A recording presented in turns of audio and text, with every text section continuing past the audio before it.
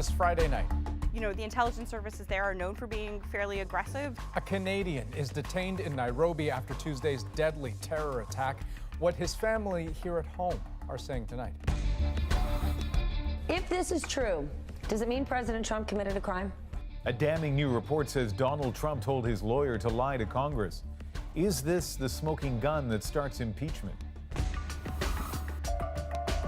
Bullying. The Me Too movement against sexual harassment. Masculinity. And our pop panel looks at the polarized reaction to Gillette's latest ad, why it's gotten under so many people's skin, and whether it was a smart move. This is The National.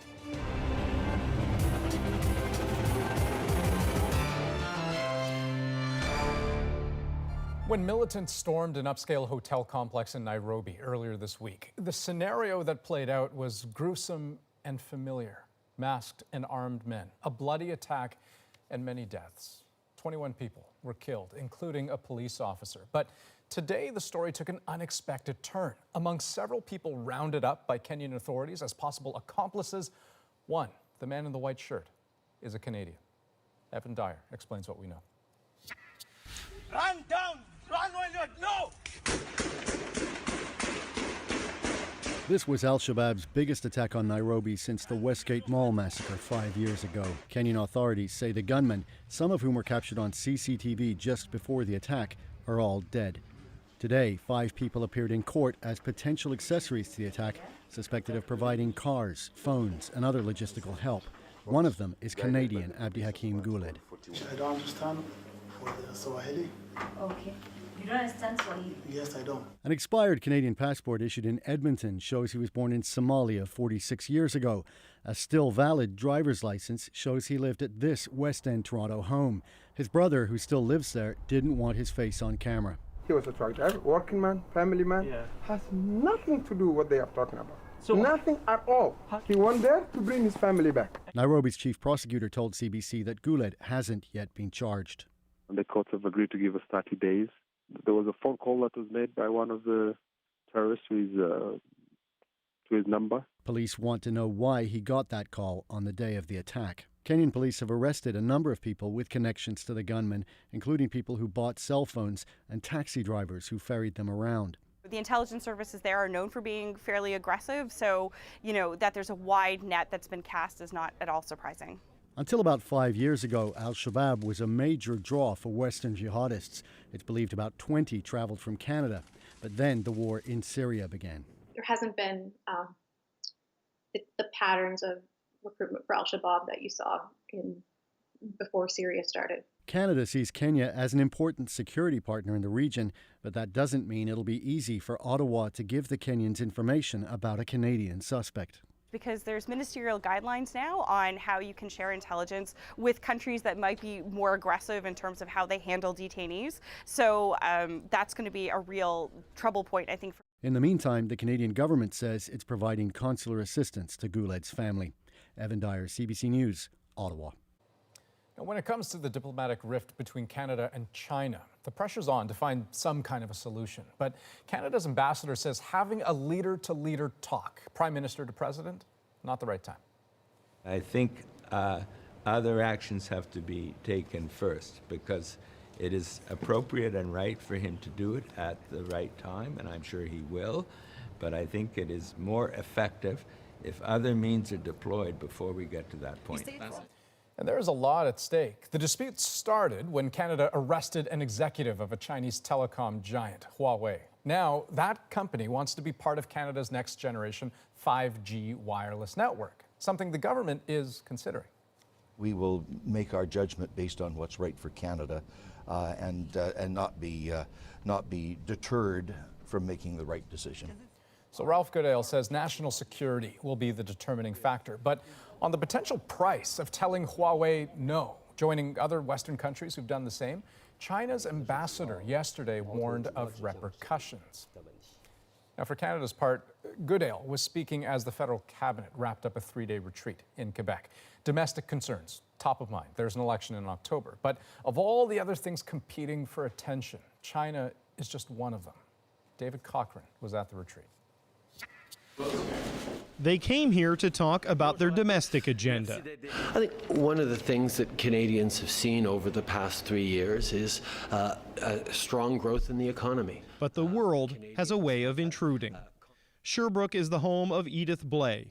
The 34-year-old has been missing in Burkina Faso since December. Marie-Claude Bibeau and the foreign minister met with Blais' family this morning. We had a good conversation between mothers. We talked about Edith.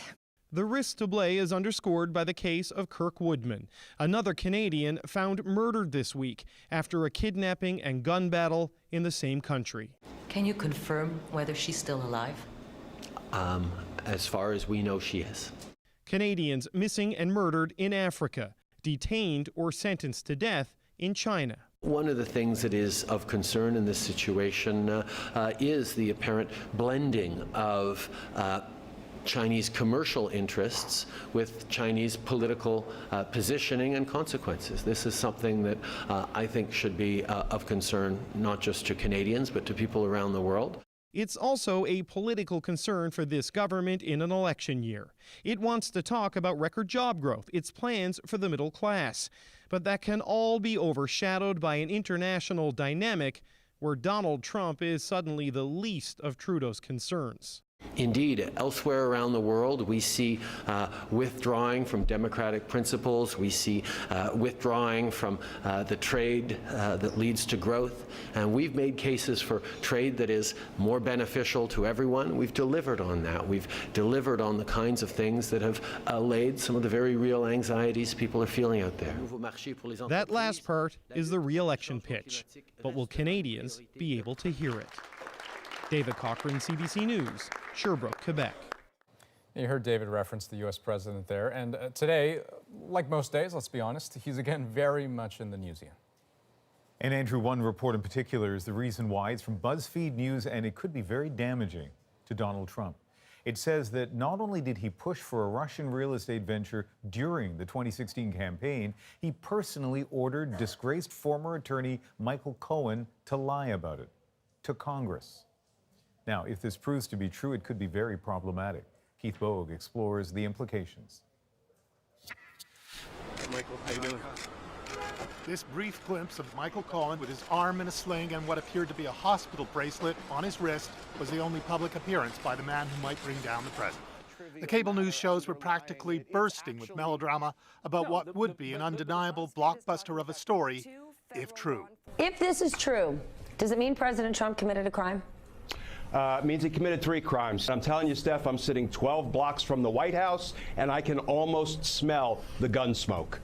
Whether it's really a smoking gun depends, of course, on whether it's true that President Trump directed Michael Cohen to lie to Congress.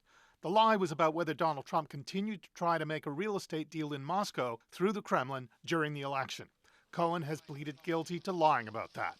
But if Trump told him to lie about it, then even Trump's nominee for Attorney General appears to believe that would be obstruction of justice. So if there was some reason to believe that the president tried to coach somebody not to testify or testify falsely, that could be obstruction of justice. Yes, under that, under an obstruction statute, yeah. The president's defense, delivered in part through his daughter-in-law on Fox News, was predictable. It's ridiculous. It's all made up, and I think, sadly, Michael Cohen is a fraud, and he's trying to get his last couple minutes of fame. But what's alleged is reportedly corroborated by other witnesses and by documentary evidence. It's highly concerning, and this just shows that this administration and this president may well be complicit in participating in obstruction of justice. And since no one is arguing that what's alleged here isn't a crime and an impeachable offense, if it turns out to be true, Democrats will have to consider whether to begin the process for removing the president. Ian? So, Keith, even if the Democrats in the House were to impeach the president, the Senate needs a 2/3 vote to convict. We know Republicans are the majority there, so doesn't it stand to reason that the president would be safe? Well, it depends on what the public thinks. In the course of impeachment in the House, we're likely to get some compelling evidence that might make it harder politically for Republicans to protect him. That's ultimately what led to the resignation of President Richard Nixon in 1974. And again, if the story as reported is true, then there is no debate about whether it's a serious crime. Okay. Keith, thank you. And late this evening, special counsel Robert Mueller's office did something it rarely does, release a statement about an ongoing investigation. It is, as you'll see, carefully worded. BuzzFeed's description of the specific statements to the special counsel's office and characterization of documents and testimony obtained by this office regarding Michael Cohen's congressional testimony are not accurate. What Mueller's office did not say was that the BuzzFeed report was untrue. The U.S. Capitol will stay busy tomorrow with the third annual Women's March, but it may be much smaller this time around, and some fear the movement is falling apart. Despite huge numbers at both the 2017 and 2018 Women's March, insiders say there were internal tensions from the start over race, class, and privilege. Those cracks have grown even wider over allegations of anti-Semitic remarks by some senior leaders, and one co-founder's reluctance to distance herself from Louis Farrakhan, notorious for what many describe as homophobic and anti-Semitic views. I don't agree with many of Minister Farrakhan's statements. Specifically about Jewish people. As I said, I don't agree with many of Minister Farrakhan's statements. Several major sponsors have bailed this year, as have top Democrats like Kamala Harris, Cory Booker, and Kirsten Gillibrand. Then there's senior founding member Vanessa Rubel, who's split to form the competing activist organization March On. For their part, Women's March leaders have publicly condemned all forms of bigotry and racism, but so far have refused calls to step down. U.S. President Donald Trump is promising a major announcement tomorrow afternoon. The speculation is he might declare a national emergency to build his border wall and end the partial government shutdown. I'm not going to get ahead of the president, but I can assure you that he's going to continue fighting for border security. He's going to continue looking for the solution to end the humanitarian and national security crisis at the border. Federal workers hope the announcement is about their paychecks. 800,000 government employees are either furloughed or working without pay, heading into a fifth week of limbo and uncertainty about how they'll cover their rent and mortgages and keep creditors at bay. For many, it involves some tough choices: scrimping, doing without, asking for help from family and friends, even, as it turns out, strangers. Ellen Morrow met with some of them. As soon as I have the opportunity to go back to work, I want to give back. Shay Watson has never relied on a food bank before. Now she has no choice. I need a hug. Oh, thank you. Well, there you do all your saving, all your paying, and you get to this point where you're like, I have to ask for help. So it's emotional. And as the shutdown drags on, the anxiety over money running out is mounting. Now you have the citizens of the United States of America, scrambling to try to find out how we're going to survive, how we're going to live. The partial shutdown is now the longest in U.S. history, and here in Washington, D.C., it's meant an increase in traffic at local food banks. You want collard greens, you want turnips, you want... And just as federal workers are under pressure, so are the organizations trying to help them. With no end in sight for the shutdown, we just don't know what will happen if our demand for services stays double. So folks, in line, appreciate you staying out in the cold. A short drive away, hundreds of federal workers wait outside a pop-up restaurant for a free lunch. Robert White, an FBI employee for 33 years, is one of them. He's refinanced his house to pay his bills. Does stuff like this help you as you're dealing with the shutdown? Yes, because I don't want to pay any money going out, nothing coming in. Hi there. How are you? The pop-up is run by a humanitarian organization that usually operates in disaster zones. It served double the amount of people it was expecting. We've been going from natural disaster to natural disaster, and now we're in a man-made disaster. And here there's little hope the shutdown will end anytime soon. And when you watch all the negotiations and the talks trying to end it, What negotiations? Back at the food bank, there's anger it happened at all. These are human lives we're talking about. We're talking about a country, knowing how to govern a country. Ellen Morrow, CBC News, Washington. Those federal workers have missed more than $5,000 in wages on average over the first 4 weeks of the shutdown. Prince Philip's car crash yesterday in the UK. It was surprising on a few fronts. That he could walk away largely unharmed, amazing. That a 9-month-old baby was in the other car, apparently unhurt, also incredible. And on whether Philip is ready to get behind the wheel again. Well, that might be the most interesting bit of the lot. He's 97, after all. But that and a whole host of other questions are very much open tonight. Thomas Daigle explains why. Jen, that's not good. With Prince Philip's SUV on its side and a car in the bushes, it's a wonder no one was seriously hurt. I'm still trying to get him out. Today, what's left of Philip's driver's side mirror served as a reminder of the severity of yesterday's crash. I saw a car somersaulting across the road. It was tumbling. Roy Warren helped Philip get out through the Land Rover's sunroof. And I realised that I was holding the Duke of Edinburgh, and I said something to myself, something like blimey, but probably a bit stronger. He also pulled out a 9-month-old baby boy from the other car. The 2 women inside were sent to hospital. Philip got a checkup today as well, but Buckingham Palace says he suffered no injuries of concern. Philip was overheard telling police he'd been blinded by the sun. In his younger days, the Duke of Edinburgh was known as a speed lover, and he's portrayed that way in the Netflix series The Crown. Now at 97, royal watchers are left wondering how he survived the crash and whether he should have been at the steering wheel at his age.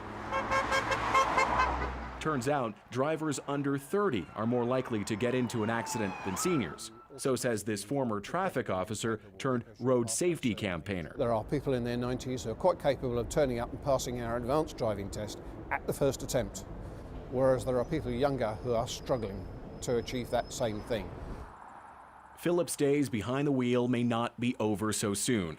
In the back of a truck at Sandringham today came another Land Rover to replace the one that was just wrecked. Thomas Daigle, CBC News, London. Here are some of the other stories we're following tonight. A British sailor has been found not guilty in a Nova Scotia gang rape trial that spanned 4 years. Darren Smalley was accused of sexual assault causing bodily harm and participating in a sexual assault involving 1 or more people back in 2015. The judge, though, said he didn't accept what the complainant said and, quote, "It's impossible to know where the truth begins or ends." A judge in Alberta has dismissed the application by a couple for $4 million to cover their legal fees. David and Colette Stephan were convicted in 2016 of failing to provide the necessaries of life to their 19-month-old son. The couple chose to treat their child with natural remedies over taking him to a doctor. He died of bacterial meningitis. The conviction was later overturned and a new trial is scheduled for June. And ahead tonight on The National, Premier Doug Ford is promising to cut tuition in Ontario. Students pay less, but some of those very students say that plan is going to cost them big time. And we'll take you inside the Canadian stage company rocked by Me Too allegations last year. You'll hear from the woman now leading Soul Pepper into its new season. Plus, a little later in our moment of the day, an emotional bus ride in Ottawa, 1 week after that terrible double-decker crash. A lot of friends and family are texting her this morning and sending her positive vibes. Thank you for the support.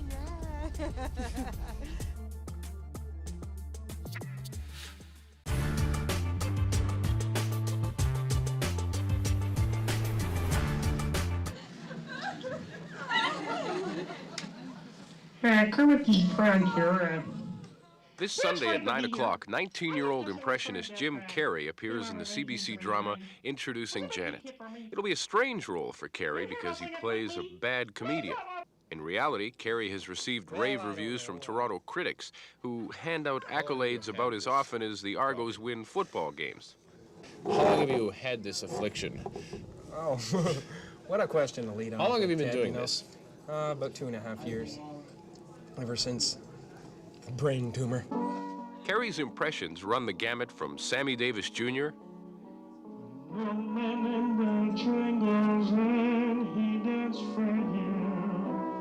to the rubber-like Amazing Kreskin.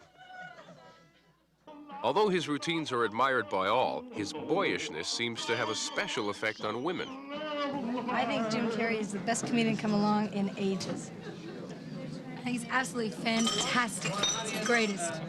You get the feeling that maybe at the age of 19, that you're going a little bit quicker than you should be? No, I don't think so. I think I've been waiting for it for a long time. I've only been in it for 2.5 years, but I've been thinking of it since I was knee-high to a grasshopper, so it's nothing new, you know. It's something that I've always thought of doing. We won!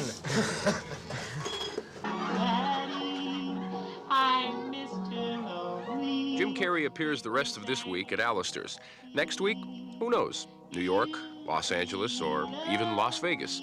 But no matter where he is, this local boy will definitely leave a good impression. I'm Ted Wallishin for NewsHour. Well.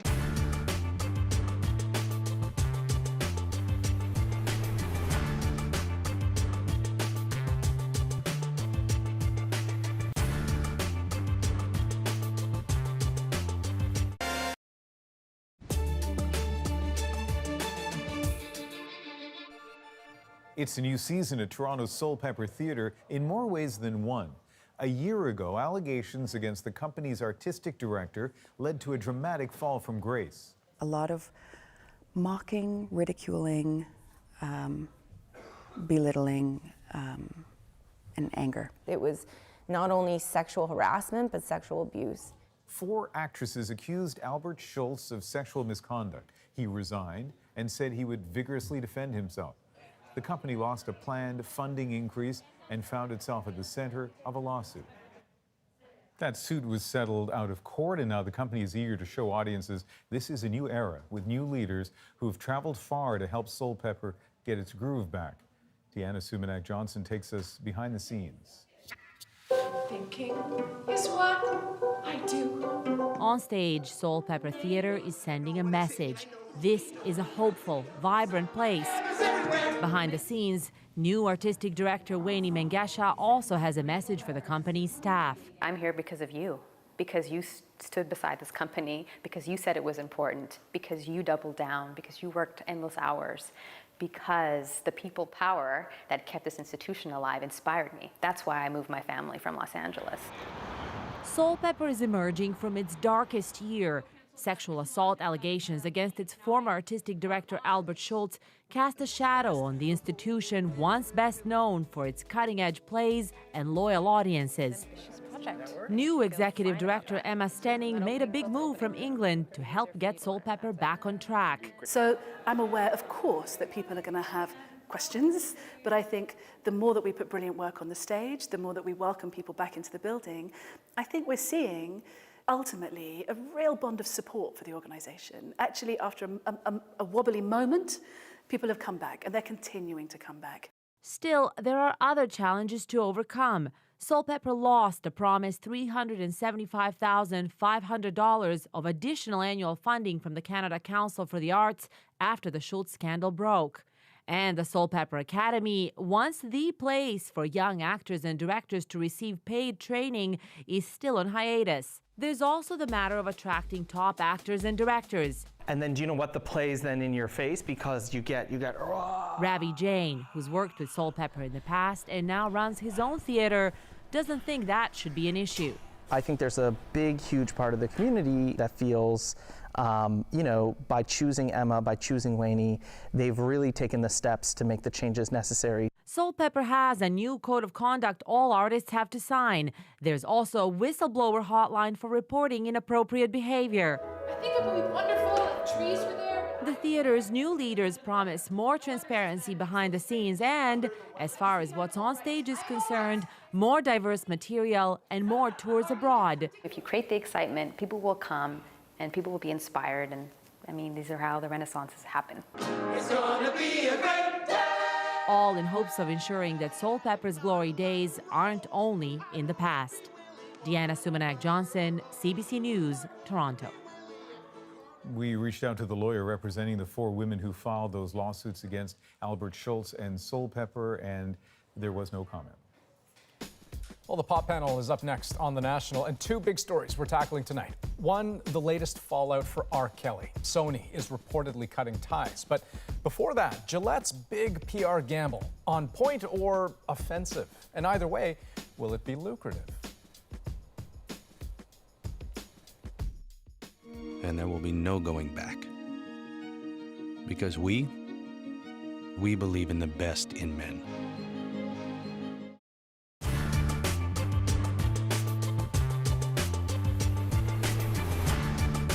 June of last year, 90 pressmen go on strike. They're the people who print the paper. The other workers are laid off, and they collect unemployment insurance. While they're laid off, their contracts expire too, and they form a common front with the pressmen. Here, management made its first and biggest mistake. It took a tough bargaining position on feather bedding, hoping to cut down on the number of pressmen. All later mistakes simply compounded this mistake. It was based on the illusion the Star could withstand a long strike. Art Wood became publisher later. During the strike, he was managing editor and a member of the bargaining team. When the strike first began, there was a feeling, I think, that if we could get better concessions and better press manning operations in our press room in this newspaper, that it eventually would help the industry as a whole, that we could be the breakthrough, and it may reflect on the kind of press manning clause that would be granted elsewhere. I'm not sure whether they were out to bust the unions or not. I know they were out to play very hard in negotiation and dig their feet in. The Star was fighting against demands already conceded by La Presse, and in fact, it was trying to take back rights already won by the pressmen in previous contracts. The pressmen refused absolutely to give back what they already had. Management wouldn't move, and for almost 3 months, there were no negotiations. But the pressmen were working elsewhere. They weren't suffering from the strike, so they couldn't be beaten. In September, management finally backed down, and the talks went forward. But in such a hostile atmosphere, they took much longer than necessary. Do you think if the company had handled the negotiations differently, you could have saved a couple of months or half of that strike? I think the company should have moved a little bit earlier than it did from some of the hardline positions it had taken, and I think we could have saved some time. Yes, we could have.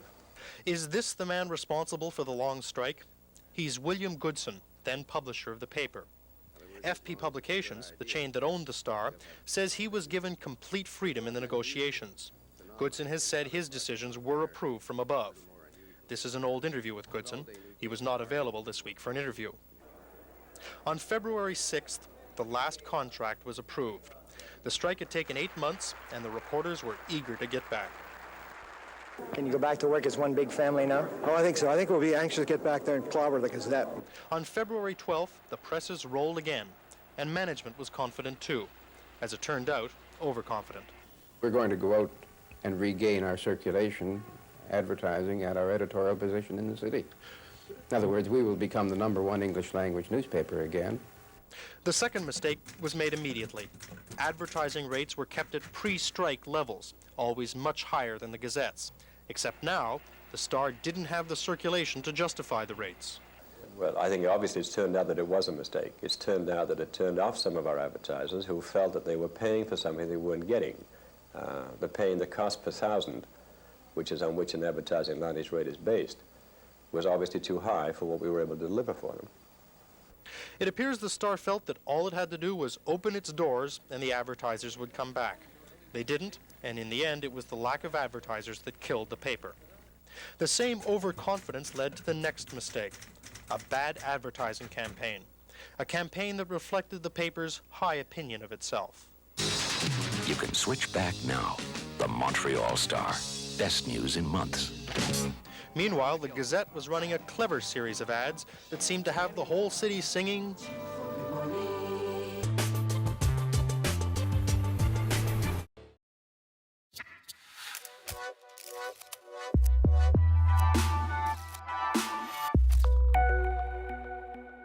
Last time I was here, I predicted that 2019 was going to be the year that iconic brands really leaned into social justice issues in their marketing.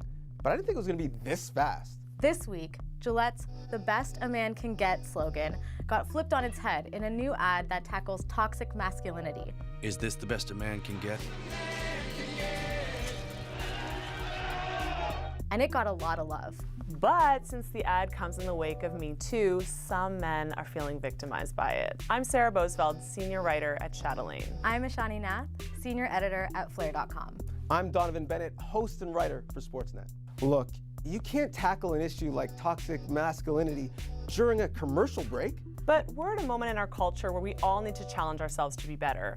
I think this ad is just reflecting that. Listen, I am here for what this ad is saying. Let's redefine masculinity. But maybe the brand should also think about what it means to be a woman in 2019 and how their women's razors have shaped that. Okie dokie, so credit where credit is due. We're just going to get this out of the way. Here's what Donovan had to say last time he was here in studio. I think brands, whether they be sports or otherwise, no longer are going to have the luxury to be apolitical or amoral. They're going to have to choose a side. And in fact, I think they're going to find it is lucrative. Donovan the Wise is what we call him now. So just so we're all on the same page, in case you didn't see Gillette's most recent ad, it's 2 minutes long, but we'll play just a snippet for you. But some is not enough. It's not how we treat each other, okay? Because the boys watching today will be the men of tomorrow. Okay, so Gillette trying to make... I'm starting to cry already. Oh my God. So I know I'm really sensitive. Okay, we'll get to you in a moment. Donovan, you sort of wished this into existence. Evidently. Did you like it? Well, I'm glad I wore a different outfit, because that would have been telling on myself, because you brought up an old clip. I didn't love it. I'm surprised on the boycott Gillette outrage. But what didn't you like about it, though? It didn't, one, make me want to buy their product more than it did before I saw it, and I think that is the point. And two, if I was someone who was going to be a bully or a terrible offender and use my male privilege, it didn't really change my mind. Procter & Gamble actually have done this well in the past. They had a Pantene ad where they had NFL players kind of braiding their daughter's hair. It gave you the message a little bit gentler. This, I think, beat you over the head and tried to preach to you, and no one really wants to be preached to. But I guess, there are two criticisms, right? And I think what you're saying is that you just found the ad ineffective. Yes. A lot of people found it offensive, right? Which is kind of going above and beyond, but you don't think it was so offensive, you just think it just didn't work. No, I think people who found it offensive, it's a side of the times where people are looking for a reason to be outraged, but in actuality, that's not helping. You're actually helping the brand, because that hashtag boycott Gillette has people talking about Gillette. We saw that with Nike and Colin Kaepernick. Their product name is in it, and that's really all they care about. And what did you think about it, Sarah? I mean, well, you liked it. I was just starting to get misty. Like, I've told you before on the panel, I have a little boy at home, and so to me, I think the whole message is just like, hey, these little kids are watching us, and we have a real opportunity here in the culture to just do a little bit better, and I'm okay with advertisers hopping on that bandwagon, whether it means they're going to sell more razors or not. I think actually and we use that exact clip here, but I think a lot of men were offended about the be a good guy and break up a fight if you see one, like as if men wouldn't do that already. And so they seem to think that men, it's kind of like demasculating men, or, emasculating rather is a term, like thinking that they shouldn't behave nobly, or they aren't doing that already. Sure. And I think they were like, well, of course we already do that, and what does this company think we are, And Ashana, did you buy the sincerity of the message? You know what? We have to remember, this is a very calculated risk, right? They're not doing this just purely out of goodwill. I like the message, personally. I would rather see that than a classic old, be a man, shave, blah, blah, blah. I think at least it's a step in the right direction. What I wish I had seen is almost like a partner ad, because Gillette also makes Venus. And in my mind, I know that there's people who would say that there's some science behind, razors need to be different based on how they're used, but there's actually no biological reason you need to be shaving your hair. It's been put on women for so long by companies like Gillette to shave your legs because it's associated with beauty, and there was no partner ad or recognition that they're part of the problem when it comes to women's beauty standards and what it means to be a woman in 2019. So I wish that there had been a little bit more of that. But I guess, at a certain point, maybe, do you have to concede that your original point, which is they're a business, right? They're not a social advocacy and group. women's razors cost more than men's razors. Yeah, there's the which pink is the pink tax. Yeah. So why would they want to lose money on all those extra bucks they can make off women? So I agree. There's a either a missed opportunity or that could be a next step, I think. But it's a great point, right? Because is that where the bar is now, right? If you're going to hop into this bandwagon and try to make a point that, well, you've got to go the whole 9 yards.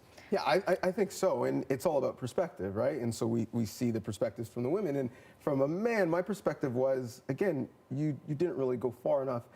The best a man can get tagline in those ads were white males with chiseled jaws that were playing sports and on Wall Street. Yeah. You didn't really... Stereotypes, too, of 100%. Yeah. So you didn't really address the fact that you have shaped what we think of masculinity and how you could possibly change it. But I'm okay with them sort of trying to right that ship if they're willing to, walk the talk, as we discussed about maybe, changing their marketing or charging the same amount for the same kind of product. But I'm okay with, I just think that we absorb so many messages through advertising, through any kind of media, and we like to pretend that we don't. Bottom line, I still wonder if this is going to pay off for Gillette. I mean, part of your prediction last time around was that this would be a lucrative area for companies to get into. Yeah, and if we're using Nike as the comp, they did in the Dream Crazy ad with Colin Kaepernick, initially people were burning their sneakers, the stock price went down, but it came back up, their stock price went up 6%, that's $5 billion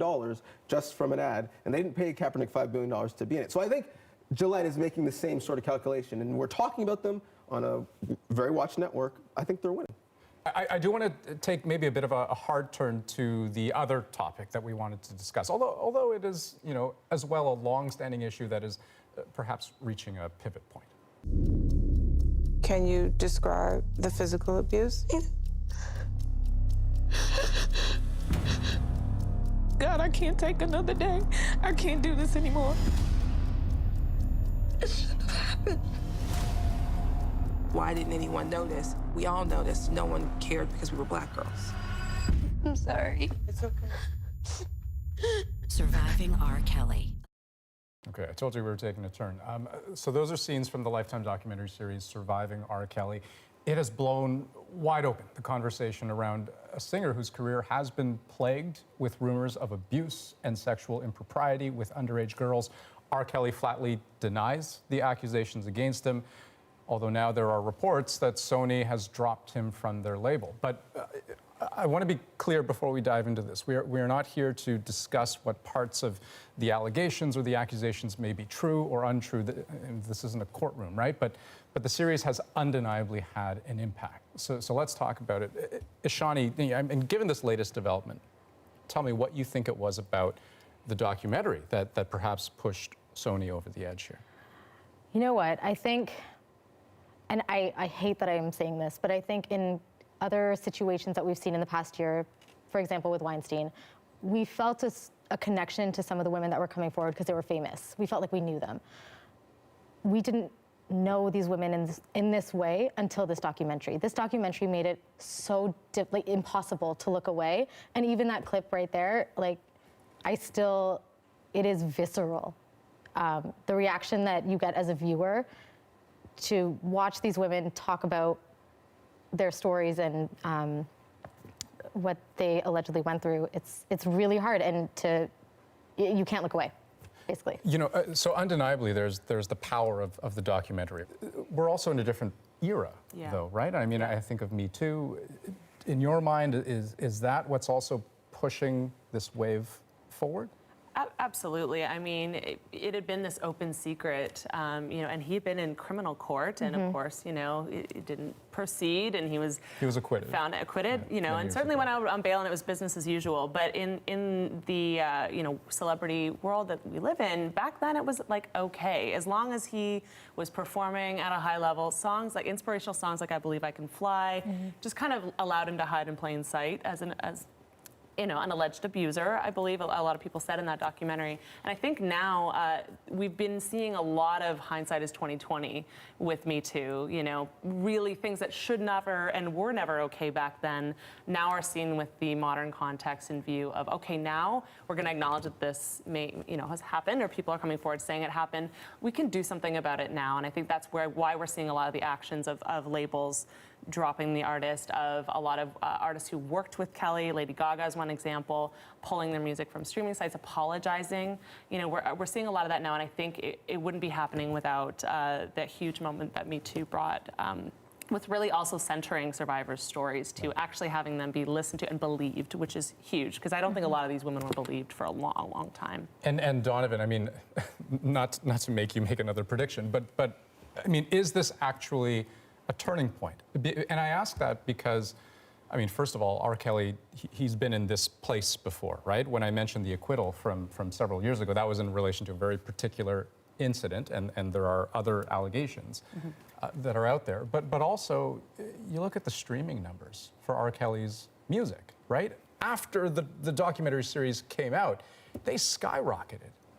So do things change from this point on? Yeah, I mean, when you say from this point on, because this started a while ago, right? Like the first person in the doc is Aaliyah. That's a long time ago. The difference, I think, and the change, I think, is the medium. None of what we saw was new. It was well reported. If you were well read on him, you knew about it. The difference was we saw it. You said you can't look away.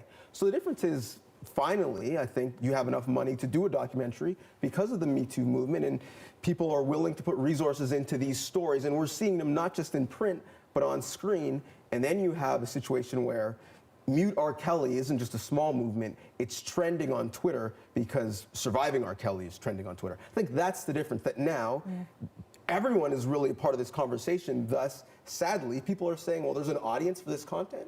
I'm willing to invest and have documentaries like this.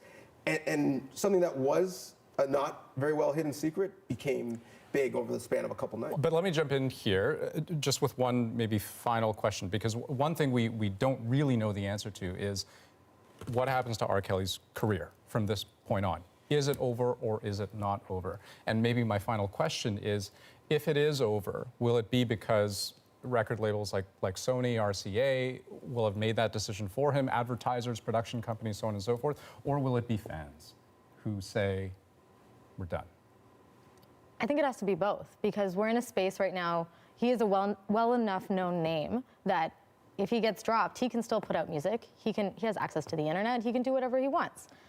And the fans will follow him in theory. So I think it has to be both. Okay, well, we shall see, as they say. Guys, thanks so much, as always. Thank you.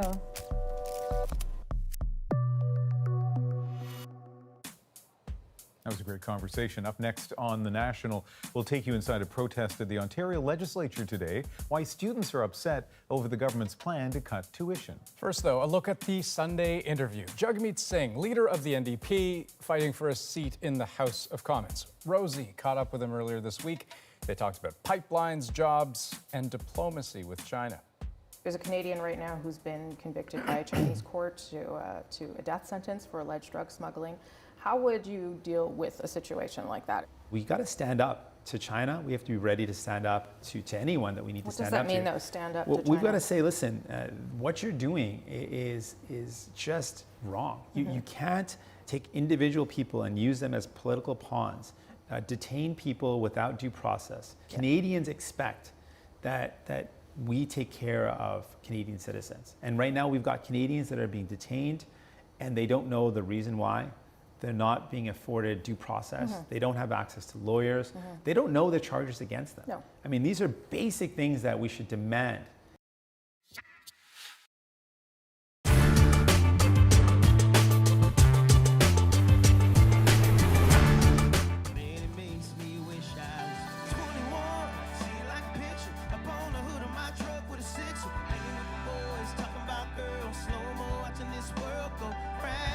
Your first time? Yes. Boots and Hearts? How are we feeling? Feeling great.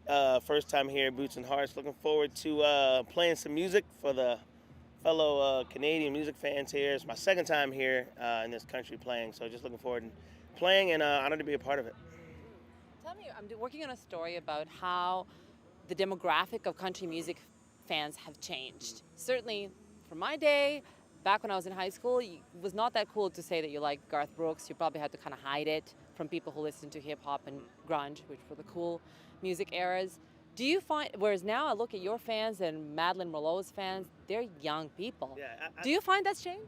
I think it's changed a lot because with each generation of country music artists, you're inspired by what you grew up listening to. So my generation, we grew up listening to country, but as well as like pop, rock, hip hop, R&B, jazz. So it's only natural that your influences will inspire what you create, you know? So it's like, yeah, we're creating country and the story's there and the lyric is still the same, but the feel of it, the progression, the different melodies that carry over from pop melodies, from R&B melodies, from rock melodies, it's what's naturally inside of you. So, you know, it's only right that it comes out through the music. And I think music is the one thing that has consistently over time connected everyone. Music's the one place where you can go where you don't see skin color, you don't see a background, you don't see the economical differences between people. You just see the music and you feel it, and that's what connects us all. So hopefully one day we can get to the point where, you know, you'll have your country music festival, but at the same time you can have Garth Brooks on the same stage right after Jay-Z or right before FGL, or right before Kid Rock, you know, so, yeah. One thing you mentioned, you know, no divisions and skin color. One thing obviously that keeps on coming up, the country gets a lot of flack for, is that it's less diverse than other genre, than pop or hip hop and so on. You being one of the few African-American artists really performing on a high level in country, how did you feel about that, like especially when you first entered the industry? For me, I'm such a history buff. If you look at the origins of where country music comes from, it stems from blues. You know, so it was blues based. If you listen to the lyrics and the storytelling in country music comes from blues, and over time it went a little western. But to me, it's just like country music just getting back to where it first came from, just for everyone. You know, because when country first started off years ago with like Chuck Berry and before it went western, it was a genre for everybody. And what happens is you have people that they want all ethnicities in music. It just takes certain artists like myself, like Kane, like Darius, like Mickey Guyton. There's a Canadian artist here, Sasha. She's amazing. It just takes us that aren't afraid to be different and stand out for a while until the rest of the artists are like, you know what? They love us too, so let's come on over. So to me, I think it's great. And when we're talking about shifting demographics of your fans, when you look into your audience, who do you see? Who are your fans? That's a good question. Like I remember my labels were trying to tune in really who my demographic, and I don't know. Like I've seen everyone at my shows from 6-year-old kids who knew my music to this 85-year-old man. Him and his wife came to my Opry debut because he said they fell in love with my music. Like I go to shows and I'll see people wearing cowboy hats. I'll see people wearing Jordans and long T-shirts. I'll see girls in cowboy boots. I'll see girls in sneakers. I honestly have no clue. Like I just look out in the audience and I just see people that look like they're from different parts of life, and I love that. You know, I love that I can't specifically say this is my demographic. The violent death of an orphan.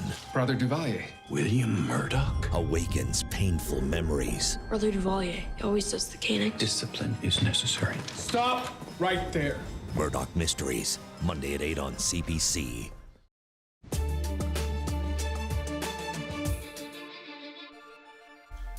Welcome back. Here's some of the stories we're watching tonight. A reminder of the dangers of lithium-ion batteries on planes. The Transportation Safety Board says the lithium-ion batteries in the baggage compartment on WestJet Flight 113 bound for Vancouver from Calgary last June caught fire. The plane did safely return to Calgary. The batteries belonged to a passenger who had inadvertently packed them in his luggage for his e-cigarette. A storm of this magnitude, 10 centimeters, will have probably 1,100 pieces of equipment working. The City of Toronto bracing for the first big storm of this winter. 200 salt trucks, 600 road plows are standing by, and they're not alone. The region is under a snow and winter warning, and this has led Philadelphia and New Jersey to call a state of emergency as well. Environment Canada is warning travelers to postpone trips this weekend because of the snow. All smiles at a Cape Breton call center today. Very different scene from last month when the former Servicom call center was closed, putting people out of work just weeks before Christmas. So now it's under new management and it's back to work. And today the 480 employees got their first paychecks. The company says business is going well. They plan to expand, adding even more jobs. Doug Ford's government is directing its attention to post-secondary institutions in Ontario. It's all part of its latest cost-cutting efforts, but not all the changes are being well received. Ontario's Government for the People is introducing an unprecedented 10% tuition reduction. That's good news for students, but two things. A cut to tuition means a cut to college and university budgets, 2 to 4%. That could affect students down the line, but financial aid is changing too. Under the previous government, an increase in grants essentially made school free for those from low-income families, but now they'll get a mix of grants and loans. I pay for all my university myself, and I work 30 hours already, so this OSAP hike will be very difficult for me to continue my studies. Plus, students will have to repay those loans starting right after graduation. The 6-month grace period currently in effect, that's done. Education's under attack! What do we do? Stand up, fight back! For some, it's just too much, and today many were out voicing their frustration. And there's actually another cut on the table. Students will be able to opt out of additional fees, just choose not to pay them. But losing out on what those fees pay for, that has some students very worried. Ron Charles looks at what's at stake. Student services are a right! We will not give up the fight! Ironically, the protest outside Ontario's legislature is against a plan that targets the very money that helps fund demonstrations like this. That's disgusting! The Ford government's plan allows students to opt out of fees that fund their student unions, campus clubs, and newspapers, and would scrap a mandatory fee to the Canadian Federation of Students, the rally's organizers. But its biggest concern is what it may mean for organizations and services on campuses. And I think that it's very paternalistic for the government to say that, you know, we're providing you this opt-out feature when really that's just going to take the legs out from under these organizations who try to provide crucial services for students. Services like a legal clinic at Ryerson University. How well is that used? A lot of students? A lot. He's always overbooked. We have tax clinics that we open up during tax season for the students. The government says fees for essential student health and safety services would still be mandatory, but everything else. So as an example, would an LGBTQ program or group or club, will that be deemed mandatory? That's up to the institutions themselves to decide. But you're giving them the option to make that a mandatory program? Well, I'm under the understanding that that would be considered an opt-out or what we're doing is making classifications of fees. At Carleton University, students are contemplating the pros and cons of being able to avoid about $700 a year in fees. I want to pay for what I want, but then it takes away from others. You should be able to choose which ones you want to participate in. That sounds simple, but student groups say they will opt in for a fight against the new policy because it could threaten their very survival. Ron Charles, CBC News, Toronto. Next on The National, 1 week after surviving the Westboro bus crash, Elizabeth gets back on the bus. Let's go. You know, we gave Elizabeth strategies you listen to her music. A lot of friends and family are texting her this morning and sending her positive vibes.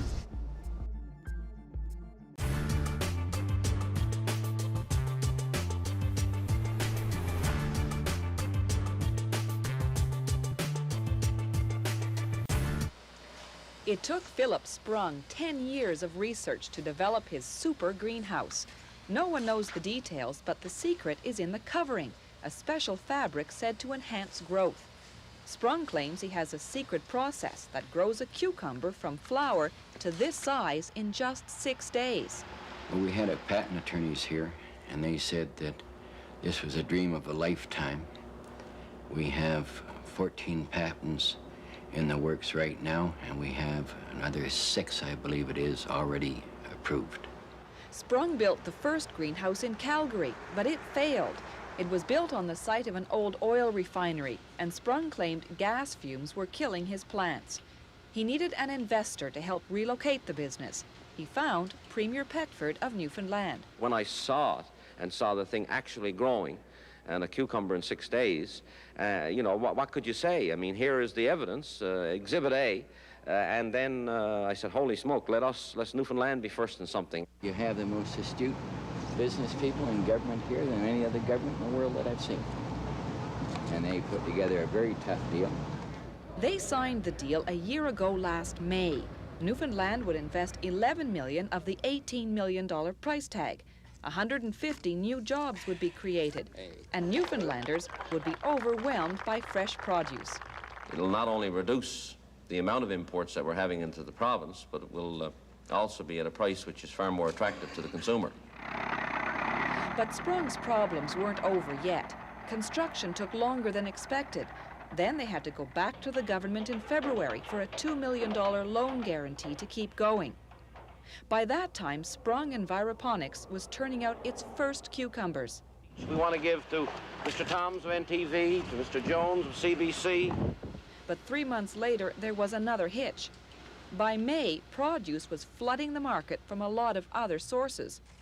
To compete, Sprung had to sell his cucumbers for 55 cents wholesale, when it cost him $1.10 to produce them. Even selling them at half the price it cost him to grow them, Sprung couldn't get rid of all the cucumbers. You see, according to one market survey, the average Newfoundlander eats only half a cucumber a year, and attempts to export them at a profit have failed. That's why surplus cucumbers have ended up in places like this. Recently, the Newfoundland government guaranteed another $2.6 million loan to keep the company afloat. It is a critical situation. I know in my own heart and soul that what we have here is going to work, so it's only a matter of time, and there'll be cucumber over all kinds of people's faces.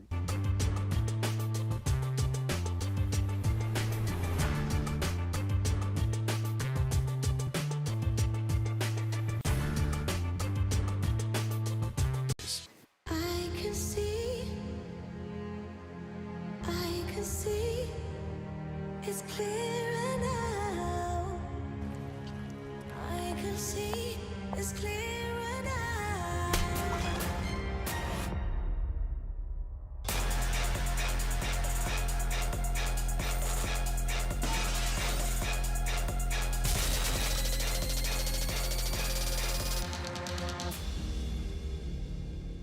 Are you both applying for the job?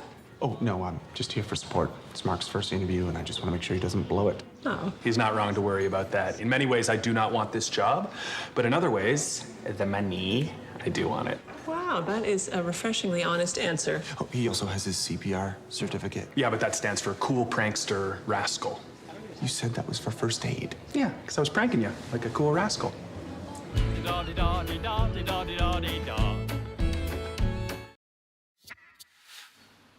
It has been a week since the deadly bus crash in Ottawa, and Westboro Station has become a memorial of sorts to the victims, people leaving flowers and messages, but it's still a working station. All this week, passengers have had to grapple with getting back on the bus. One of them is Elizabeth Langan. We told you about her a couple of days ago. She was on the bus when it crashed into the station. Members of her neighborhood have reached out to her on Facebook to help her feel confident about getting back on board. Well, today she rode the bus for the first time since the crash, and that is our moment of the day. To make it easier, a familiar driver who knew her name. But Elizabeth's mother also had a plan. You know, we gave Elizabeth strategies to listen to her music. A lot of friends and family are texting her this morning and sending her positive vibes. Someone from OC Transpo rode the bus along with Elizabeth and her mom, and an OC Transpo car followed behind the bus in case Elizabeth needed to disembark. And then he's going to follow behind us, okay? So if there's anything, but she's got it, it's no problem. And she did, for the most part. Elizabeth became emotional when Westboro Station was announced. Westboro. I know, you're fine, Elizabeth. Westboro. Oh, it's okay. The rest of the ride passed uneventfully and ended with high fives all around.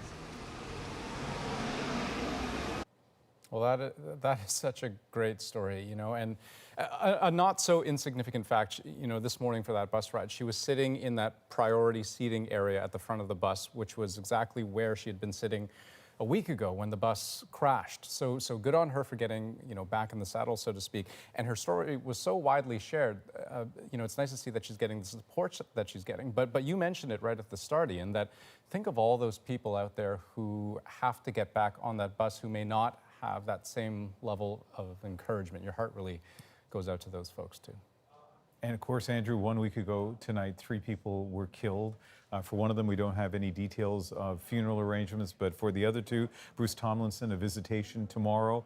And Judy Bloom's celebration of life is also tomorrow. There's a really nice tribute to her, a story on cbc.ca. She was a piper, and her fellow pipers will be playing tomorrow. So as they, as I said, celebrate her life and what she's done. That is The National for January the 18th.